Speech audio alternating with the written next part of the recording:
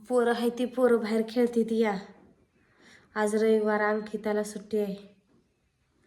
अनुजा हे सगळं विपरणीच्या झाडाखाली बाहेर बसले ती मग खेळते. त्यांना घरात या म्हणलं का त्यांना घरात थांबू वाटा नाही. मातीचं खेळ खेळल्याशिवाय त्यांना चैनच पडत नाही. मला बाहेर नको वाटायला. असं दरवाजातनं हे खिडकीतनं बाहेर जर बघितलं तर डोळ्याला अंधारे आल्यासारखे व्हायला लागले. ते ऊनच लय खतरनाक पडले. उन्हाळा चालूच व्हायला लागलाय आता. उन्हाळा लय विचित्र पडायला लागलाय. घरातनं बाहेर बघायला म्हणून नको वाटायला. डोळ्याला लय त्रास होतोय. तरी आता सध्या चालू आहे फेब्रुवारी महिना संपत आलाय. तरी पुन्हा ज्याला मार्च एप्रिल मे महिन्यात तर इतकं खतरनाक ऊन लागतंय की बोलायलाच नको. अजून लांब आहे, 2 महिने बाकी आहेत मे महिन्याला. तोपर्यंतच ऊन एवढं तावायला लागले. पाणी तर नाही. ह्यावेळेस पाऊस पडला नव्हता. आता ह्या पावसाळ्यात तर कोणाला टाव पडतोय का नाही. रानात कुठं काय नसल्यामुळे हिरवं जास्तच धगांती. साईटनं हिरवं लुसलुसीत असल्यावर एवढं गार हवा सोडतं पाणी रानाला दिलेलं असल्यावर. केलंय कडवाळ 2 तुकडी पण त्याला तर कुठलं पाणी पुरतं या. 2-4 वप भिजूच तर मारामारी. टाक करून ती व्हायला भिजवावं लागतंय. जित्राबा आहे ती मसर ब्याज बांधले ती. भाऊजी चांगलं होतं तर भाऊजीला ब्याज जीवन आले झाले थोडं. ती झोपतो म्हणली आता या. दवाखान्यात जावा तर दवाखान्यात नाही काय, माझं झोपल्यावर जाते दुखणं. थोडं 2 तास झोपतो म्हणल्या ते. पुन्हा सोडतो म्हणल्या ते. तिसरा परा मसर बांधूनच आहे त्यांना. सकाळी मोरघास घातलाय दोघांनी आम्ही. ते म्हणलं चल घालू लागतं तुला. पाणी बी मसर त्यांनीच पाजली. आता नुसतं कपडे धुतली म्या. जेवणाची भांडी बिंडी आवरली. जेवण तर तसंच्या तसं पडले. काल मेथीची भाजी कांद्याची पात आणलेली केलती तसंच काढून डब्यातनी ठेवले. 2 डब्यातनी. आता सुकं लय आहे तेवढं बी खाल्लं झालं नाही कोणाच्यानं. भाऊजीने बी 2 घास खाल्लं का झोपलं. ह्यांनी बी आता जरावर पाणी पाजून बसले ते बाहेर लेकरात बशीच. त्या अनुजाला पोरं बी खेळण्यात मग्न असते. तिला एका जाणत्या माणसानं ध्यानच राखावं लागतंय. नाही तर उचलतंय बकमं घालतंय तोंडात. ही एक सावरच तर दुसरं काहीतरी पोटात अजून होऊन बसायचं. ते डॉक्टर पुन्हा भ्या घालते ती झालंय पोटात हे बघा आणि तीन करावं लागतंय ऑपरेशन. ते आधीच डोक्यात विचार करवत नाहीत. आणि वाळूचं खडं काही बिघडत नाहीत. मातीचं हे खाल्लं तर इरगळत येतं. तरी त्याला काहीतरी गोळ्या औषधं देऊन ते पाण्यात रूपांतर तर होतं त्याचं. पण हे नाही तर बिघडत वाळूचं. आणि बसत बी नाही ती पोरं वाळूशिवाय. रिमकी ह्याच्यात थोडीशी वाळू आहे ना. पहिलं हे घर आपलं बांधलेलं चाळ राहिलेला ठेवलेला आहे आणि ते झाडाखालीच आहे. ते झाडाखाली नेमकं त्याच्यातच जाऊन बसते ती. बसा म्हटलं मग खेळा बाहेर आता बाबांना म्हणून बसली घेऊन घरात. का बल्ब सुद्धा केला नाही. चालूच आहे बल्ब. तर काय करायचं. लय म्हणजे लय हँगाड. पायाचं गोळू गेल्या तर तापानं बायले.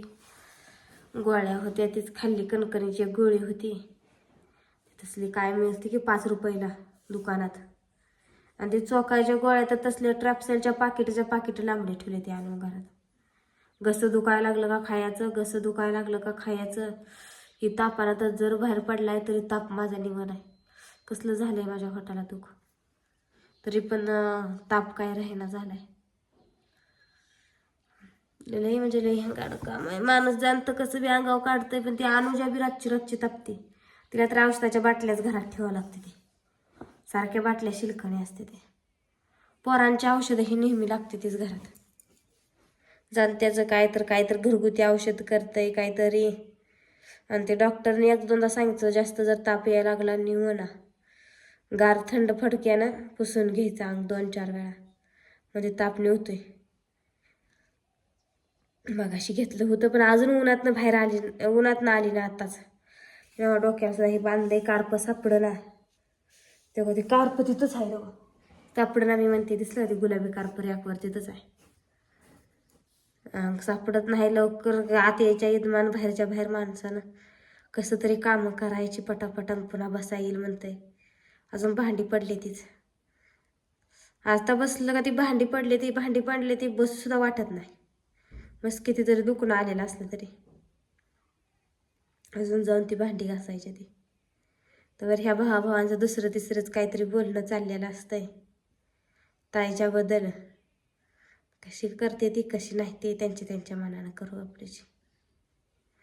काय करायचं, तीस विषय, तीस टेन्शन. त्याच्यामुळं तर माझ्या जीवाला आलं. काय कळणं झालंय मला तर नेमकं काय करावं आणि काय नाही. आता कराय येतंय तेवढं केलंय आपण. त्या दोघांच्या पद्धतीनं काय का करणार ते का करायचंय.